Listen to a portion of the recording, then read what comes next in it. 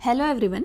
जैसा कि आपको पता है कि मैं विवेक सिंह सर की बुक से इकोनॉमी कवर कर रही हूँ और अभी हम हैं इंक्लूसिव ग्रोथ वाले चैप्टर में। एंड इससे पहले की टॉपिक्स मैंने कंप्लीट कर दी है ऑलरेडी, तो आप प्लेलिस्ट में जाकर चेक कर सकते हैं। सो अब स्टार्ट करते हैं। अब देखते हैं कि जो लेटेस्ट पॉवर्टी एस्टिमेशन अपडेट है इंडिया में वो क्या है। ठीक है, 2022 से 2025 तक। तो रिसेंट एनएसएसओ का जो राउंड्स है, NSS rounds on national consumption expenditure, ठीक है, तो इसको देख लेते हैं। तो 79th राउंड ऑफ एनएसएसओ, ठीक है, इसको कंडक्ट किसके द्वारा किया गया? नेशनल सैंपल सर्वे ऑफिस के द्वारा, ठीक है। और सर्वे का पीरियड क्या रहा? 1 जुलाई 2022 से 30 जून 2023 तक। याद रखना है, जुलाई से जून 2023। और फोकस किसके ऊपर है? तो हाउस होल्ड कंजम्पशन एक्सपेंडिचर के ऊपर ही फोकस है, ठीक है। हम ऑलरेडी पढ़ चुके हैं कि हम कैसे पॉवर्टी को देखते हैं, तो हम कंजम्पशन एक्सपेंडिचर के ऊपर हमारा फोकस रहता है। Then 80th round of NSS, तो सर्वे पीरियड ये अगस्त 23 से जुलाई 24 तक था। अगेन फोकस वही है, हाउस होल्ड कंजम्पशन एक्सपेंडिचर के ऊपर, ठीक है। तो अब ये जो है 2 राउंड ऐसा क्यों किया गया कि 2 कंजिक्यूटिव राउंड जो है जरूरी है, ठीक है।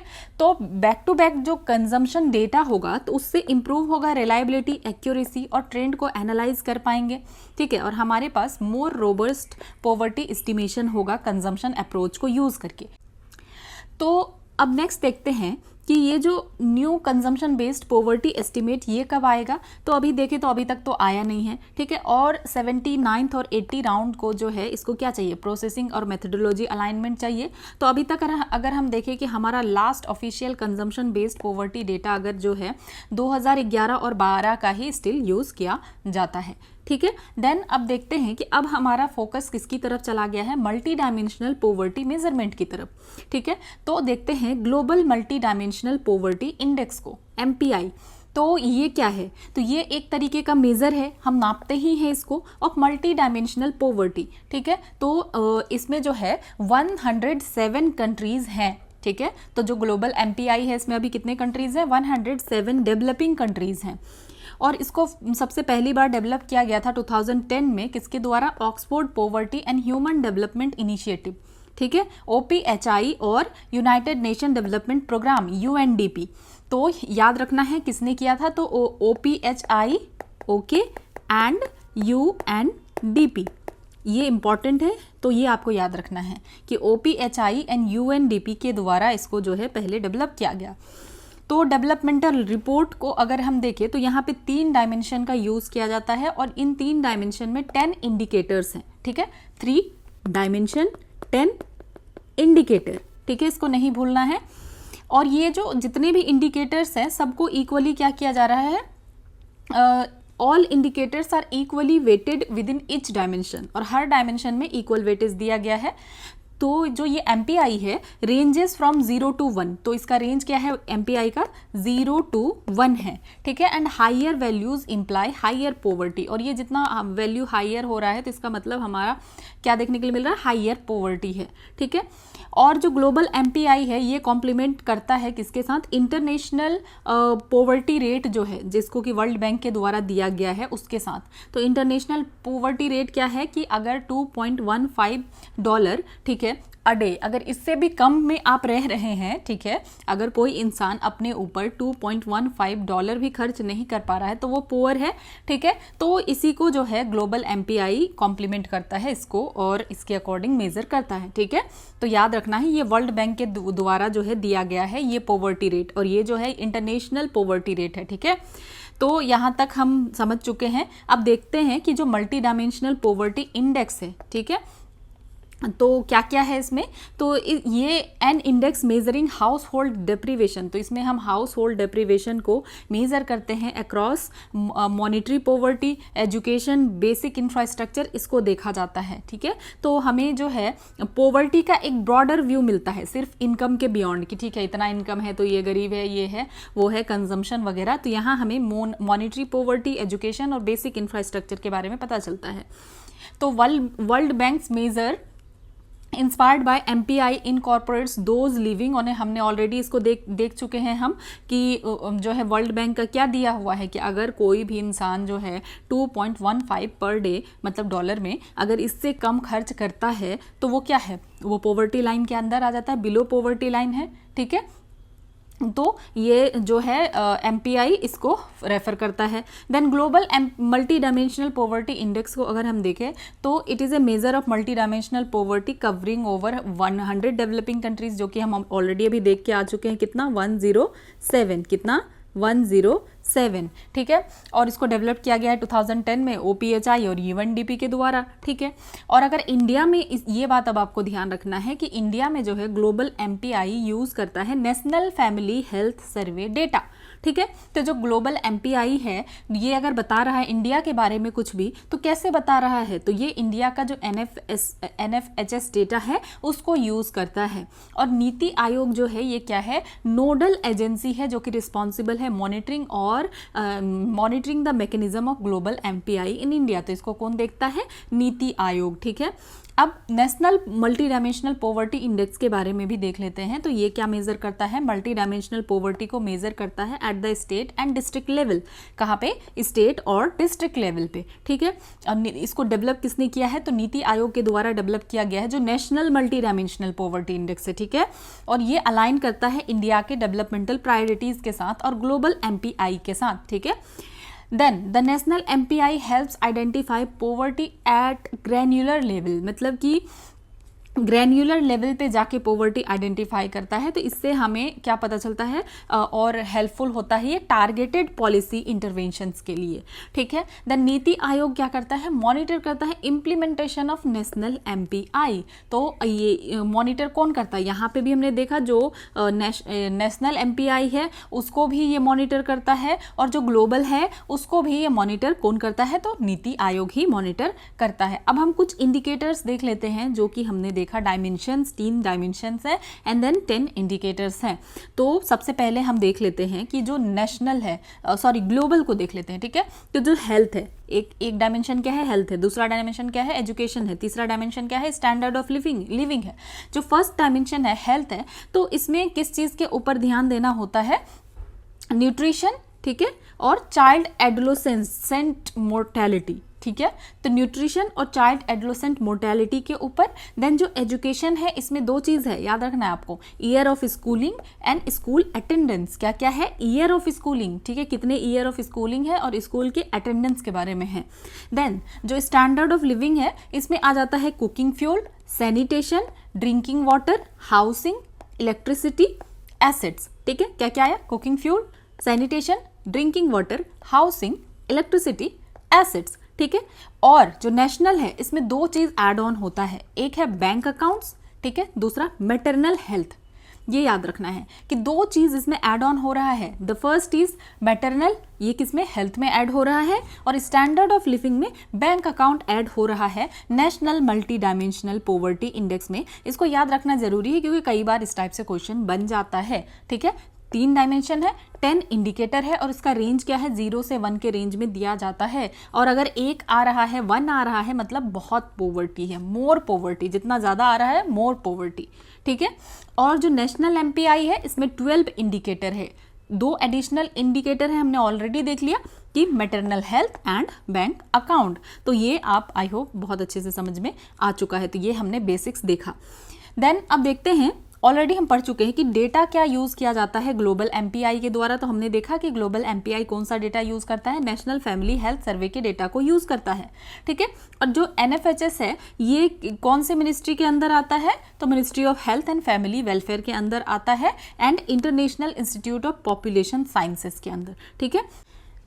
हम क्या देख रहे हैं कि ये क्या है, नोडल एजेंसी है इंडिया में। तो नीति आयोग क्या है, ये nodal agency responsible for monitoring mechanism of global MPI in India, ठीक है।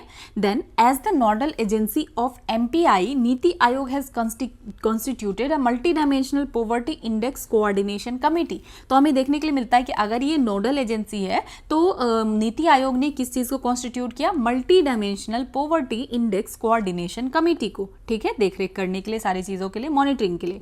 अब देखते हैं कि पॉवर्टी को आखिर कैलकुलेट कैसे किया जाता है। तो पॉवर्टी को कैलकुलेट किया जाता है या तो इनकम लेवल पे और या तो एक्सपेंडिचर लेवल पे, पर हम क्या करते हैं, ज़्यादा प्रीफर एक्सपेंडिचर लेवल पे ही करते हैं क्योंकि इसको ट्रैक कर पाना ज़्यादा इजी है। ठीक है, देन अब देखते हैं global multidimensional poverty index 2025 के बारे में कुछ चीज़ें देख लेते हैं। तो टाइटल क्या है इसका? द टाइटल है overlapping hardships poverty and climate hazard. तो पहली बार अगर हम देखें तो it overlays climate hazard data भी ऐड किया गया है उसमें विथ मल्टी डायमेंशनल पॉवर्टी। ठीक है, ताकि इससे एसेस किया जा सके जो गरीब लोग हैं वो क्लाइमेट शॉक से ज़्यादा एक्सपोज हो रहे हैं, जैसे कि हाई हीट अगर पड़ रहा हो, ड्रॉट पड़ रहा हो, फ्लड है, एयर पॉल्यूशन है, तो उनके ऊपर ज़्यादा इम्पैक्ट पड़ रहा है।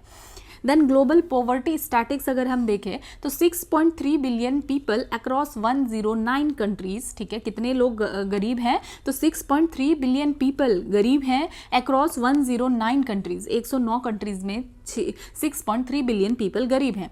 1.1 जो है मतलब 18.3 live in acute multi dimensional poverty की, ये बहुत ही ज़्यादा गरीब है, इनके पास कुछ भी नहीं है, बेसिक नेसेसिटीज़ का कुछ नहीं है। ठीक है, mostly young, rural and low human development countries में ये देखा जा रहा है। तो 1.1 बिलियन पीपल बहुत ही ज़्यादा गरीबी में जी रहे हैं, मतलब एक्यूट मल्टी डायमेंशनल पॉवर्टी में जी रहे हैं। अब अगर इंडिया के केस में देखें तो हमारा पॉवर्टी 2005 और 6 में कितना था? 55% था। और अब अगर हम 2019 से 21 में देखें तो हमारा पॉवर्टी अभी यहाँ कितना है? बहुत कम हुआ है। कितना है? 16.4%। ठीक है, और large area of India face a severe mix of poverty, high heat, flooding and air pollution. तो ये बात ध्यान रखना है कि ठीक है हमारा पॉवर्टी घटा है, लेकिन अभी भी जो लार्ज एरिया है इंडिया में, यहाँ पे वो पॉवर्टी बहुत ज़्यादा है, हाई हीट और फ्लडिंग, इन सारे चीज़ों से बहुत परेशान ग्रसित रहते हैं। ठीक है, देन पॉवर्टी और क्लाइमेट का इंटरलिंकेजेस अगर देखें तो क्लाइमेट शॉक ये ग्रो कर रहा है। ठीक है, मोर फ्रिक्वेंट होता हुआ नज़र आ रहा है, इंटेंस हो रहा है और डिस्प्लेस कर रहा है कितने लोगों को? 32 मिलियन पीपल इन 2022। तो ये हमें देखने के लिए मिल रहा है कि ये क्लाइमेट शॉक्स बहुत ज़्यादा बढ़ रहा है और 32 मिलियन पीपल हमें देखने के लिए मिला है कि वो डिस्प्लेस हुए हैं 2022 में। ठीक है, without strong climate mitigation extreme poverty could nearly double by 2050। और ये चीज़ जो हम देख पा रहे हैं जो अभी 32 मिलियन है, अगर प्रॉपर मिटिगेशन नहीं हुआ, एक्सट्रीम पॉवर्टी रहा, तो ये और डबल होकर के 2050 तक और डबल हो जाएगा। ठीक है, देन देखते हैं 309 million poor people live in areas with 3 और 4 overlapping climate hazard in severe poverty. तो हमें क्या देखने के लिए मिल रहा है? जो 309 मिलियन पुअर लोग हैं, ठीक है, तो ये ऐसे एरियाज में रह रहे हैं, ठीक है, जिनको कि 3 या 4 ओवरलैपिंग क्लाइमेट हजार्ड से गुजरना पड़ रहा है और गरीबी भी बहुत है। तो इनके ऊपर ट्रिपल और क्वाड्रुपल बर्डन आ रहा है। कितना? सिर्फ नॉट ट्रिपल, क्वाड्रुपल बर्डन इनके ऊपर आ रहा है with few assets and little social protection. कि इनके पास सोशल प्रोटेक्शन तो है नहीं और जो है एसेट भी नहीं है, तो इनके ऊपर ज़्यादा और बर्डन आ रहा है। ये ऐसे एरियाज में रह रहे हैं। ये कुछ डेटाज आप मेंस में लिख सकते हैं, इंपॉर्टेंट है। Then MPI across income levels, तो अबाउट 2/3, ठीक है, कितने लोग हैं? तो about 2/3 of world's poor live in middle income countries. तो अगर हम देखें तो इसमें से जो 2/3 लोग हैं वो कहाँ रह रहे हैं? मिडिल इनकम कंट्रीज में रह रहे हैं और 55.5 जो है लोअर मिडिल इनकम कंट्रीज में रह रहे हैं। ठीक है, और 9% जो है अपर मिडिल इनकम नेशंस में रह रहे हैं। तो ये हमें क्या चीज़ देखने के लिए मिल रहा है कि इसमें जो लोग हैं तो जिसमें से 2/3 जो है वो कहाँ रह रहे हैं? मिडिल इनकम कंट्रीज में रह रहे हैं, जिसमें से भी 55% लोअर मिडिल इनकम में है और 9% अपर मिडिल इनकम नेशंस में है। ये याद रखना है कि ये भी ऐसे नहीं है कि ये डेवलप्ड जगह में है, नहीं है, ये लोग कहाँ पे हैं? मिडिल इनकम कंट्रीज में है। देन कॉमन डेप्रीवेशंस अगर हम देखें तो मेजर डेप्रीवेशन क्या देखने के लिए मिल रहा है कि क्लीन कुकिंग फ्यूल नहीं मिल पा रहा है। ठीक है, कितने लोगों को? 970 मिलियन लोगों को। एडिक्वेट हाउसिंग नहीं है, कितने लोगों के पास? 878 मिलियन लोगों के पास। सैनिटेशन नहीं है, 830 मिलियन लोगों के पास। अंडर न्यूट्रिशन है 365 मिलियन लोगों के पास। And out of school children अगर हम देखें तो इतने सारे बच्चे हैं जिनको कि स्कूल से निकाल लिया जा रहा है, ये स्कूल में नहीं है, 487 मिलियन। ठीक है। तो हमें ये कुछ कॉमन डेप्रिवेशन देखने के लिए मिल रहा है कि एक तो क्लीन कुकिंग फ्यूल नहीं मिल पा रहा है, हाउसिंग नहीं है और सैनिटेशन नहीं है, अंडर न्यूट्रिशन है और जो है आउट ऑफ स्कूल चिल्ड्रन है। देन नेक्स्ट अगर हम देखें तो हमें क्या देखने के लिए मिल रहा है कि जो MPI में जो रिडक्शन हो रहा है तो यहाँ अनइवन प्रोग्रेस देखने के लिए मिल रहा है। 88 कंट्रीज़ में अगर देखिए विथ कंपेरेबल डेटा तो 88 कंट्रीज़ के कंपेरेबल डेटा को अगर देखा जाए तो 76 में जो है कंट्रीज़ में क्या देखने के लिए मिला है कि मल्टी डायमेंशनल पॉवर्टी इंडेक्स में डिक्लाइन देखने के लिए मिला है, एटलीस्ट एक बार तो ज़रूर मिला है। ठीक है, अब यहाँ पे हम क्या देख पा रहे हैं कि अनइवन प्रोग्रेस है। कुछ कंट्री तो बहुत फास्ट गरीबी को दूर कर रही है और कुछ कंट्री स्लो। ठीक है, तो Benin recorded the fastest absolute reduction. तो बेनिन में हमें देखने के लिए मिला है कि सबसे फास्ट यहाँ पे रिडक्शन हो रहा है। ठीक है, 2017 to 18 to 2021 to 22 में। Then followed by Cambodia 2014 to 21 से 2022 में और तंजानिया 2015-16 से लेकर के 2022 तक। तो यहाँ पे हमें देखने के लिए मिला है कि जो है पॉवर्टी क्या हो रहा है, फास्टेस्ट एब्सोल्यूट रिडक्शन यहाँ देखने के लिए मिल रहा है। देन अब देख लेते हैं multi dimensional poverty versus consumption based poverty में क्या फ़र्क है। ऑलरेडी हम समझ चुके हैं पर देख लेते हैं। तो जो कंजम्पशन पॉवर्टी है अगर मेजरमेंट देखें तो कैसे किया जा रहा है, एक्सपेंडिचर के ऊपर कि कितना हम महीने में खर्च कर पा रहे हैं। ठीक है, then multidimensional poverty deprivation indicators को देखता है और डेटा का सोर्स अगर हम देखें तो कंजम्पशन पॉवर्टी का डेटा का सोर्स क्या है, तो NSSO है। ठीक है, NSS का कंजम्पशन सर्वे है। ठीक है, और इसका डेटा का सोर्स है NFHS। ठीक है, देन फोकस किसके ऊपर है, तो यहाँ पे कंजम्पशन वाले में इनकम और कंजम्पशन लेवल के ऊपर और मल्टी डायमेंशनल पॉवर्टी में हेल्थ, एजुकेशन और स्टैंडर्ड ऑफ लिविंग के ऊपर। नेचर अगर देखें तो ये मॉनेटरी पॉवर्टी है और ये कैपेबिलिटी बेस्ड पॉवर्टी है। एग्जाम्पल तेंदुलकर और रंगराजन का एस्टिमेट्स हमें देखने के लिए मिलता है इसमें कंजम्पशन पॉवर्टी में, और नीति आयोग MPI या ग्लोबल MPI ये हमें मल्टी डायमेंशनल पॉवर्टी इंडेक्स में ये सारी चीज़ें देखने के लिए मिल रही है। ठीक है, तो अगर कोर कॉन्सेप्ट आप एक लाइन में समझना चाहें तो मल्टी डायमेंशनल पॉवर्टी कैप्चर करता है स्ट्रक्चरल डेप्रिवेशन को। सिर्फ ये कंजम्पशन को हम नहीं देखते, सिर्फ एक ही इंडिकेटर के ऊपर ध्यान नहीं दिया जाता, बल्कि जो स्ट्रक्चरल डेप्रिवेशन है उसके ऊपर। देन अब अगर हम देखें कि वर्ल्ड बैंक का जो डेफिनेशन है एक्सट्रीम पॉवर्टी का वो क्या है, तो हम वर्ल्ड बैंक का पॉवर्टी लाइन के बारे में हम देख चुके हैं जिसका कि यूज़ किया जाता है ग्लोबल MPI में। ठीक है, तो इसको डिफाइन किसके द्वारा किया गया है, वर्ल्ड बैंक के द्वारा। और एक्सट्रीम पॉवर्टी लाइन क्या हुआ कि अगर कोई भी पर्सन जो है वो अगर $1.15 पर डे से भी कम में रहता है, ठीक है, या वो जी रहा है, तो उसको हम कहेंगे एक्सट्रीम पॉवर्टी लाइन। ठीक है, तो की कॉन्सेप्ट क्या है, परचेजिंग पावर पैरिटी का, कि ये क्या करता है, यहाँ क्या होता है, adjust income based on cost of living across countries, कि इनकम को एडजस्ट किया जाता है किसके ऊपर, based on cost of living across countries. तो इसीलिए जो है इंटरनेशनल पॉवर्टी कंपैरिजन पॉसिबल हो पाता है, क्योंकि यहाँ पे हम क्या देख रहे हैं, कॉस्ट ऑफ लिविंग देख रहे हैं अक्रॉस कंट्रीज, तो इससे कंपैरिजन ईजी हो पाता है। तो अब अगर हम देखें कि इंडिया ने जो है अपने पॉवर्टी फिगर्स को डिक्लेयर नहीं किया है 2011 से, ये हम देख चुके हैं ऑलरेडी। ठीक है, तो अभी कैसे मेजर किया जा रहा है, तो कंज्यूमर एक्सपेंडिचर सर्वे के द्वारा ही अभी हमें पता चल रहा है, जो भी हमारे फिगर्स आ रहे हैं कि अभी कितना हुआ है और नहीं, तो ये कौन करता है, ठीक है, तो नेशनल सैंपल सर्वे ऑर्गेनाइजेशन के द्वारा किया जाता है कंज्यूमर एक्सपेंडिचर सर्वेज। ठीक है, ये हम ऑलरेडी पढ़ चुके हैं, तो यहाँ तक आपको ध्यान देना है। ठीक है, अब ये समझते हैं कि आखिर जो आइडेंटिफिकेशन है गरीबों का क्यों ज़रूरी क्यों है गवर्नमेंट स्कीम के लिए, और आइडेंटिफिकेशन मैकेनिज्म क्या है, तो समझते हैं। जो आइडेंटिफिकेशन मैकेनिज्म है इंडिया में, तो identification of poor is done by state government. तो कौन गरीब है नहीं है ये सारी चीज़ों को कौन करता है, स्टेट गवर्नमेंट। और किसके ऊपर बेस्ड है, based on the information flow from below poverty line, कि BPL का जो सेंसस है उसके अकॉर्डिंग देखा जाता है कि कौन इंसान बिलो पॉवर्टी लाइन है, कौन अबव है। और जो लेटेस्ट डेटा बेस है तो वही जो हमारा सोशियो इकोनॉमिक कास्ट सेंसस है 2011 का, तो 2011 का सेंसस ही लेटेस्ट डेटा बेस है। तो स्टेट गवर्नमेंट कैसे देखती है कि कौन पुअर है और नहीं, तो बिलो पॉवर्टी लाइन सेंसस के अकॉर्डिंग।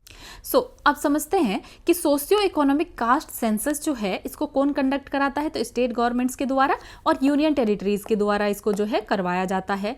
किसके साथ मिलकर के, with technical support from government of India, financial support from government of India. और इसको कंडक्ट कराया जाता है साइमल्टेनियसली रूरल एरिया में भी, अर्बन एरिया में भी। तो अब देखते हैं जो डेटा कैप्चर किया गया था 2011 के सेंसस में, तो SECC collected information on household particulars के ऊपर, इंडिविजुअल पर्टिकुलर्स क्या है, household deprivation, employment, income, asset, amenities, land ownership, इन सारी चीज़ों के बेसिस पे। ठीक है, कवरेज अगर हम देखें तो 17.97 करोड़ रूरल हाउस होल्ड और 6.5 on 1 crore urban house hold को कवर किया गया था। अब हम देखते हैं SECC 2011 में कैटेगराइजेशन ऑफ हाउस होल्ड कैसे हुआ है। ठीक है, क्लासिफिकेशन कैसे हुआ है हाउस होल्ड का। तो socio economic and caste census 2011 का जो है ये रैंक करता है हाउस होल्ड को 3 कैटेगरीज में। ठीक है, फर्स्ट कैटेगरीज है ऑटोमेटिकली एक्सक्लूडेड, दूसरा है ऑटोमेटिकली इंक्लूडेड और तीसरा है अदर्स। ठीक है, तो ऑटोमेटिकली एक्सक्लूडेड में क्या आता है, house hold meeting any of the 13 exclusion criteria. ठीक है, कि अगर जो हाउस होल्ड है तो जो 13 एक्सक्लूजन क्राइटेरिया रखा गया है अगर उसके अंदर आते हैं तो ऑटोमेटिकली एक्सक्लूड हो जाएंगे, जिसमें कि एसेट और इनकम बेस्ड पैरामीटर है। और उसमें एग्जाम्पल के तौर पे आप समझ सकते हैं कि अगर कोई भी हाउस होल्ड मेंबर जो है गवर्नमेंट एम्प्लॉय है तो भी वो एक्सक्लूड हो जाते हैं। ठीक है, household member is a government employ. तो ऐसे हाउस होल्ड जो है ऑटोमेटिकली एक्सक्लूड हो जाएंगे वेलफेयर बेनिफिट से, क्योंकि ये तो पुअर नहीं है। देन ऑटोमेटिकली इंक्लूडेड कि ऐसे हाउस होल्ड जो क्या कर रहे हैं कि any of the 5 acute social destitution parameter की अगर 5 इन पैरामीटर्स के अंदर आते हैं तो ये ऑटोमेटिकली इंक्लूड हो जाएंगे। जैसे कि हाउस होल्ड विदाउट शेल्टर, इनका कोई घर ही नहीं है, ठिकाना नहीं है। डेस्टिट्यूट लिविंग ऑन आल्म्स की इतनी गरीबी में मांग के जी रहे हैं। ठीक है, मैनुअल स्कैवेंजर फैमिलीज हो गया, प्रिमिटिव ट्राइबल ग्रुप्स हो गया और बॉन्डेड लेबर्स हो गया। तो ये सब जो है ऑटोमेटिकली इंक्लूडेड हो जाएगा वेलफेयर बेनिफिट्स के लिए। ठीक है, देन एक है अदर्स। तो अदर्स में देखें तो जो रिमेनिंग हाउस होल्ड बचता है वो अदर्स में आता है और उनको रैंक किया जाता है basis of 7 indicators of deprivation के ऊपर। ठीक है, और देखा जाता है कि क्या ये वेलफेयर बेनिफिट्स के लिए एलिजिबल है।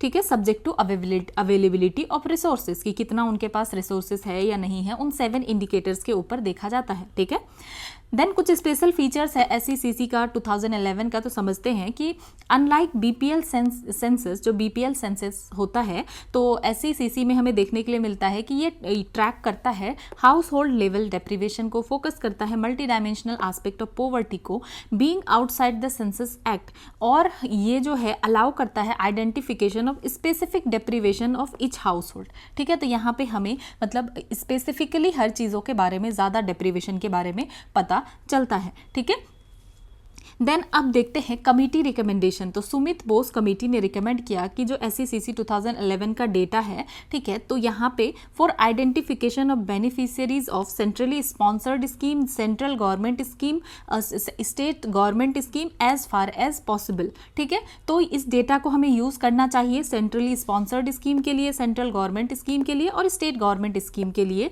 ठीक है, जितना पॉसिबल हो सके। देन अब देखते हैं कि जो ये डेटा है SECC data in government welfare programmes. ठीक है, तो इस कास्ट सेंसस का यूज़ जो है किया जाता है, गवर्नमेंट यूज़ करती है इस डेटा को फॉर आइडेंटिफिकेशन ऑफ बेनिफिशियरी, कि देखना है कि कौन हाउस होल्ड, किस हाउस होल्ड को हमें रखना चाहिए या किस हाउस होल्ड इस बेनिफिट के अंदर आता है या नहीं आता है, while implementing social welfare programmes, जैसे कि प्रधानमंत्री आवास योजना, प्रधानमंत्री आवास योजना ग्रामीण, दीनदयाल अंत्योदय योजना, नेशनल रूरल लाइवलीहुड मिशन, प्रधानमंत्री जन आरोग्य योजना आयुष्मान भारत, देन प्रधानमंत्री सहज बिजली हर घर योजना, प्रधानमंत्री उज्ज्वला योजना। तो ये सब जो सोशल वेलफेयर प्रोग्राम्स है तो इसके लिए डेटा को यूज़ किया जाता है और सेवरल स्टेट गवर्नमेंट भी यूज़ करते हैं इम्प्लीमेंट करने के लिए नेशनल फूड सिक्योरिटी एक्ट को। ठीक है, तो ये ध्यान रखना है कि स्टेट गवर्नमेंट के लिए भी यूज़ करते हैं और जो नेशनल लेवल के भी जो प्रोग्राम होते हैं सोशल वेलफेयर प्रोग्राम, उसके लिए भी यूज़ किया जाता है। तो आखिर पर्पस क्या है, आखिर क्यों SECC डेटा को यूज़ किया जाता है? तो इससे क्या होता है कि एविडेंस बेस्ड डेवलपमेंटल इंटरवेंशन कर सकेंगे और यहाँ पे स्पेसिफिक प्रायोरिटी लिस्ट जनरेट किया जा सकता है। ठीक है, based on physical space for welfare programme for targeting specific pro poor intervention, की इससे हमें पता चलेगा कि कौन लोग सबसे गरीब है और किसको जो है टारगेटेड बेनिफिट मिलना चाहिए। ठीक है, अब देखते हैं beneficiary selection process. Selection validated through Gram Sabha, ठीक है। Identity establish through Aadhaar where legally permitted. तो ये जो बेनिफिशियरी का सिलेक्शन है कि किस किस को बेनिफिट किया जाना चाहिए, तो सिलेक्शन को वैलिडेट किया जाता है थ्रू ग्राम सभा, ठीक है, और आइडेंटिटी को इस्टेब्लिश किया जाता है आधार के द्वारा जहाँ जहाँ परमिटेड है। आउटकम क्या है, तो इससे क्या कर होगा अगर ऐसा किया जाए कि ग्राम सभा के द्वारा और आधार के द्वारा, तो यहाँ पे सिलेक्शन क्या होगा, तो जो सही बेनिफिशियरीज है उन्हीं का सिलेक्शन होगा और डुप्लीकेशन और फ्रॉड जो है कम से कम हो पाएगा और इफेक्टिवनेस हो पाएगा गवर्नमेंट एफर्ट का। तो इससे हम टैकल कर सकते हैं मल्टी डायमेंशनल पॉवर्टी को, और हम लोग जो है क्या कर सकते हैं, गोइंग बियॉन्ड इनकम या एक्सपेंडिचर बेस्ड पॉवर्टी, ठीक है। तो इससे हम मल्टी डायमेंशनल पॉवर्टी को भी टैकल कर सकते हैं। अब देखते हैं नेशनल सैंपल सर्वे एनएसएस के बारे में। तो नेशनल सैंपल सर्वे क्या है, तो ये एक नेशनल सोशियो इकोनॉमिक सर्वे है और इसको कंडक्ट किया जाता है इन एनुअल राउंड्स, याद रखना है एनुअल राउंड्स में इसको कंडक्ट किया जाता है और follows cycle of rotating topics. तो इसमें क्या एक ही टॉपिक पर रहता है, नहीं, इसमें रोटेटिंग टॉपिक पे किया जाता है, ठीक है। तो जो 71st जो है राउंड था 2014 में, तो यहाँ पे फोकस था किसके ऊपर, हेल्थ और एजुकेशन था इंडिकेटर। देन 68 में क्या था टॉपिक, तो house hold consumption expenditure. 75th में household consumption expenditure. Then जो 79th और 80 राउंड है, तो इसमें भी topic household consumption expenditure है। तो ये साइकिल्स ऑफ रोटेटिंग टॉपिक्स है, ऐसा नहीं है कि सिर्फ एक ही टॉपिक पे हो सकता है, ठीक है, एनएसएस का, नेशनल सैंपल सर्वे का। देन अब नेक्स्ट हम देखते हैं हाउस होल्ड कंजम्पशन एक्सपेंडिचर सर्वे, ठीक है। इसको जनरली कंडक्ट किया जाता है एवरी 5 ईयर्स, ठीक है, क्विनेनियल। तो याद रखना है एवरी 5 ईयर्स को कंडक्ट किया जाता है और जनरेट एस्टिमेट्स ऑफ, तो ये इससे क्या होता है, ये जनरेट करता है estimate of household monthly per capita consumption expenditure को और distribution of house holds and person over MPCE classes, ठीक है। तो इन सारी चीज़ों के ऊपर ये जो है एस्टिमेट जनरेट करता है और इंफॉर्मेशन कलेक्ट करता है किसके ऊपर, expenditure on goods and services, कि गुड्स एंड सर्विसेज पे कितना खर्च किया गया है, फूड और नॉन फूड कंजम्पशन पे कितना खर्च किया गया है हाउस होल्ड के द्वारा, ठीक है। तो याद रखना है जो ये हाउस होल्ड कंजम्पशन एक्सपेंडिचर सर्वे है, ठीक है, तो ये 5 साल में होता है और इसका फोकस किसके ऊपर होता है, household monthly per capita consumption expenditure के ऊपर, ठीक है, and distribution of household and persons over MPE classes. Then additional feature अगर हम देखें जो है कंजम्पशन एक्सपेंडिचर सर्वे का, तो ये कलेक्ट करता है डेटा किसके ऊपर भी, कि आइटम जो भी फ्री मिल रहा है गवर्नमेंट के वेलफेयर प्रोग्राम से उसको भी कलेक्ट करता है और इस डेटा का यूज़ क्या है, पॉवर्टी एस्टिमेशन के लिए, रीबेसिंग ऑफ जीडीपी को रीबेस करने के लिए और कुछ अदर माइक्रो इकोनॉमिक इंडिकेटर्स के लिए। तो रिजल्ट क्या है, तो results of latest CES rounds are expected to be declared soon. Then अब नेक्स्ट देखते हैं governments approach toward poverty reduction since independence, ठीक है। तो 3 डायमेंशनल अप्रोच गवर्नमेंट के द्वारा यूज किया गया इंडिपेंडेंस के बाद से। Government approach toward poverty reduction has been in 3 dimension. एक तो हुआ कि ग्रोथ ओरिएंटेड अप्रोच, कि ग्रोथ की तरफ अप्रोच था, ठीक है, और इसको फॉलो किया गया फर्स्ट 5 ईयर प्लान से ही। बेस्ड किसके ऊपर फोकस था, इकोनॉमिक ग्रोथ के ऊपर, ट्रिकल डाउन इफेक्ट के ऊपर, ठीक है, कि एजम्पशन क्या था कि जो benefits of growth will eventually reach the poor, कि जो ग्रोथ होगा वो गरीबों तक आएगा, ठीक है। तो ये था ट्रिकल डाउन इफेक्ट, इसके बारे में हम पढ़ चुके हैं। देन पॉवर्टी एलिवेशन प्रोग्राम, एक तो था कि ग्रोथ होगा, अगर ग्रोथ होगा तो अपने आप ही गरीबी कम होगा, ठीक है। देन दूसरा पॉवर्टी एलिवेशन प्रोग्राम, तो ये देखने के लिए मिला हमें थर्ड 5 ईयर प्लान से। फोकस था कि डायरेक्ट गरीबी को घटाओ, कैसे, wage and self employment programmes के थ्रू, वर्क जनरेशन प्रोग्राम जैसे कि मनरेगा था, ठीक है। तो इस तरीके से कि ज़्यादा से ज़्यादा वर्क जनरेट होगा तो गरीबी घटेगा, तो direct poverty alleviation programme. And then तीसरा प्रोवाइडिंग बेसिक मिनिमम एमिनिटीज, ठीक है, कि बेसिक मिनिमम एमिनिटीज प्रोवाइड किया जाना चाहिए। और emphasise since 5th 5 year plan, focus किसके ऊपर था, basic service and welfare support के ऊपर, जैसे कि public distribution system, integrated child development services, Awas Yojana वगैरह। तो यहाँ पे क्या है कि जो बेसिक मिनिमम एमिनिटीज़ है वो प्रोवाइड किया जाना चाहिए। तो हमें 3 तरीका क्या देखने के लिए मिला, एक ग्रोथ, दूसरा पॉवर्टी एलिवेशन प्रोग्राम सीधा सीधा जो कि 3rd 5 ईयर प्लान से देखने के लिए मिला, और जो ग्रोथ ओरिएंटेड अप्रोच है ये 1st 5 ईयर प्लान से देखने के लिए मिला, और जो basic providing basic minimum amenities है ये हमें 5th 5 ईयर प्लान से देखने के लिए मिला, जैसे कि PDS हो गया, integrated child development service, Awas Yojana वगैरह। ठीक है, अब पॉवर्टी के बारे में कुछ चीज़ें हम देख लेते हैं, हालांकि जो है एक्स्ट्रा हम इन चीज़ों को देख रहे हैं, सो जल्दी क्विकली इस चीज़ को कवर कर लेते हैं। तो इंट्रोडक्शन अगर देखें तो वर्ल्ड बैंक के अकॉर्डिंग पॉवर्टी क्या है कि poverty is pronounce deprivation in wellbeing comprising many dimension, की काफ़ी सारे डायमेंशन हैं और आपका वेलबींग नहीं हो पा रहा है। जो भी आपको एक प्रॉपर लाइफ जीने के लिए ज़रूरत है आपके पास वो बेसिक चीज़ें ही नहीं हैं। ठीक है, इसमें क्या क्या इंक्लूड है, low income and the inability to acquire the basic goods and services necessary for survival with dignity. की अगर आप डिग्निटी के साथ जीना चाहते हैं तो आपको बेसिक गुड्स और सर्विसेज चाहिए, वही आपके पास अवेलेबल नहीं हो पा रहा है। ठीक है, then also encompasses low level of health and education. ठीक है, poor access to clean water, sanitation, inadequate physical security, lack of voice, even आपके पास वॉइस भी नहीं है। ठीक है, insufficient capacity and opportunity to betters one's life, की सिर्फ मामूली ये नहीं है कि बस रोटी कपड़ा मकान किसी तरह मिल जा रहा है, बस हम किसी तरह जी रहे हैं, नहीं, बल्कि हमारे पास एक स्टैंडर्ड ऑफ लिविंग होना चाहिए, clean water, sanitation, inadequate physical security जो है, तो फिजिकल सिक्योरिटी हमारे पास होना चाहिए, वॉइस होना चाहिए। ठीक है, तो इंडिया में अगर हम देखें तो 21.9% पॉपुलेशन जो है below the national poverty line रहते हैं। मतलब बिलो पॉवर्टी लाइन कितने लोग रहते हैं, 21.9% 2011 के डेटा के अकॉर्डिंग। एंड 2018 में अगर हम देखें तो almost 8% of world's worker and their families lived less than $1.90 per person per day. तो ये हमें देखने के लिए मिल रहा है कि कम से कम जो है 8% पूरे वर्ल्ड के जो वर्कर हैं वो इतने कम में रह रहे हैं। ठीक है, उनके पास डेली अपने ऊपर खर्च करने के लिए 1.90 पर मतलब $1.90 भी नहीं है पर पर्सन पर डे। ठीक है, देन अब देखते हैं types of poverty. Absolute poverty, ठीक है, एब्सोल्यूट पॉवर्टी का क्या मतलब है कि हाउस होल्ड इनकम जो है क्या है, below unnecessary level to maintain basic living standards, कि इतना कम पैसा है कि जो एक बेसिक जीने के लिए आपको चाहिए होता है, फूड शेल्टर और हाउसिंग, वो भी आपके पास नहीं है। तो इसको सबसे पहले इंट्रोड्यूस किया गया था इस पॉवर्टी को 1990 में, द डॉलर अ डे। ठीक है, कैसे कि $1 अ डे, कि एक दिन में $1 कम से कम। ठीक है, poverty line measured absolute poverty by standards of the world's poorest countries. ठीक है, तो इस तरीके से एब्सोल्यूट पॉवर्टी को नापा गया। सो देन अक्टूबर 2015 में वर्ल्ड बैंक इसको रीसेट करके कितना कर देता है, $1.90 अ डे। ठीक है, पहले तो $1 अ डे रहता है, फिर इसको बढ़ाता है 2015 में $1.90 अ डे कर देते हैं। देन फिर 2017 में इसको बदल के पॉवर्टी इंटरनेशनल पॉवर्टी लाइन को कितना रखा जाता है, तो यहाँ पे रखा जाता है 2.15 एंड आई थिंक कि 2025 में ये 3 हो चुका है।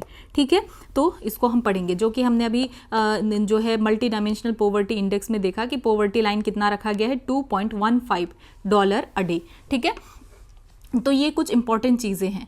रिलेटिव पॉवर्टी, ठीक है, रिलेटिव पॉवर्टी क्या है कि living standard compare to economic standard of population living in surrounding. ठीक है, ये भी एक मेजर है इनकम इनइक्वालिटी का। मतलब क्या है कि आपके पास बेसिक नेसेसिटीज़ तो है, लेकिन आपका लिविंग स्टैंडर्ड जो है, जो इकोनॉमिक स्टैंडर्ड है, जो पॉपुलेशन आपके आसपास रह रहे हैं उससे कम है। तो ये क्या हो गया, रिलेटिव कंपैरेटिवली। तो यूजुअली जो रिलेटिव पॉवर्टी है इसको मेजर किया जाता है कैसे, as the percentage of the population. ठीक है, percentage of the population with the income less than some fixed proportion of median income, की जो फिक्स्ड प्रोपोर्शन मीडियन इनकम है उससे कंपेयर किया जाता है। ठीक है, तो ये है रिलेटिव पॉवर्टी। तो कॉज अगर हम देखें पॉवर्टी का, तो क्यों हमें देखने के लिए मिल रहा है, एक तो पॉपुलेशन एक्सप्लोजन, तो पॉपुलेशन बहुत ज़्यादा बढ़ता जा रहा है और इस रिसोर्स का स्कैरसिटी हो रहा है। दूसरा अगर हम देखें तो हम एग्रीकल्चर पे बहुत ज़्यादा डिपेंड है, ठीक है। मतलब कितना हमारा लगभग अगर हम देखें तो लगभग 50% लोग अभी भी एग्रीकल्चर सेक्टर में ही हैं, लेकिन आउटपुट कितना निकल रहा है, मुश्किल से 14-15%। तो हमारा एग्रीकल्चरल प्रोडक्टिविटी बहुत कम है, इनएफिशिएंट रिसोर्स यूटिलाइजेशन, ठीक है, रिसोर्स का यूटिलाइजेशन प्रॉपर नहीं हो पा रहा है, अंडर एम्प्लॉयमेंट, डिस्गाइज अनएम्प्लॉयमेंट, ठीक है, इससे हमें जो हमारे स्टैंडर्ड ऑफ लिविंग है इसमें डिप देखने के लिए मिल रहा है। Then low rate of economic development नहीं हो पा रहा है, कम रेट से ग्रो कर रहा है, ठीक है। अगर हम देखें economic development has been low in India specially before LPG से पहले तो काफ़ी कम था। देन नेक्स्ट अगर हम देखें तो प्राइस राइज मतलब क्या है कि इन्फ्लेशन हमारा कंटिन्यू बढ़ ही जा रहा है, quite steady in the country. तो हमारा प्राइस राइज जो है बढ़ता जा रहा है, भले ही स्लो बढ़ रहा है लेकिन ये बढ़ता जा रहा है, ठीक है। देन अनएम्प्लॉयमेंट, जो हमें सबसे बड़ा इशू क्या देखने के लिए मिल रहा है, unemployment, the ever increasing population. तो इन पॉपुलेशन एक्सप्लोजन तो हो रहा है, ठीक है, higher number of job seekers हैं, ठीक है, तो expansion in opportunities to match this demand for job is not enough. तो हम क्या देख पा रहे हैं कि हमारा पॉपुलेशन एक्सप्लोजन हो रहा है, अनएम्प्लॉयमेंट बहुत ज़्यादा है, ज़्यादा नंबर ऑफ लोग जो है जॉब चाह रहे हैं, तो इसके लिए अपॉर्चुनिटी भी तो क्रिएट होना चाहिए ना, ताकि सब लोगों को जॉब मिल सके, जो कि नहीं मिल पा रहा है, ठीक है। नेक्स्ट अगर हम देखें lack of capital and entrepreneurship, तो इसकी कमी हमें देखने के लिए मिल रहा है, इसीलिए हमें क्या देखने के लिए मिल रहा है, low level of investment and job creation in the economy.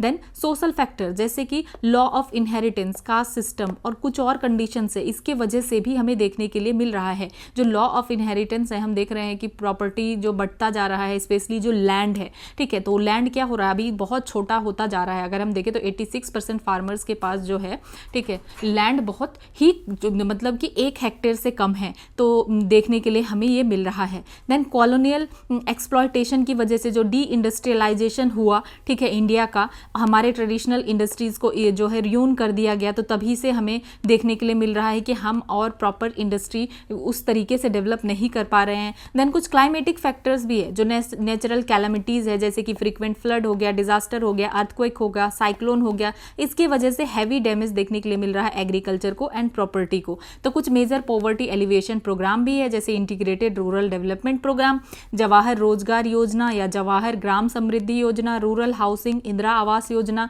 Work for food programme, national old age pension scheme हो गया, संपूर्ण ग्रामीण रोजगार योजना, जो हमें मनरेगा देखने के लिए मिल रहा है, नेशनल रूरल लाइवलीहुड मिशन, ठीक है, आजीविका 2011 का, नेशनल अर्बन लाइवलीहुड मिशन, प्रधानमंत्री कौशल विकास योजना, प्रधानमंत्री जनधन योजना, और काफ़ी सारे हैं, ठीक है, लेटेस्ट भी और काफ़ी सारे हैं। तो आप जो है इस टाइप से यूज़ कर सकते हैं। तो हमने कॉज देख लिया, टाइप्स देख लिया, देन पॉवर्टी होता क्या है ये देख लिया, ठीक है।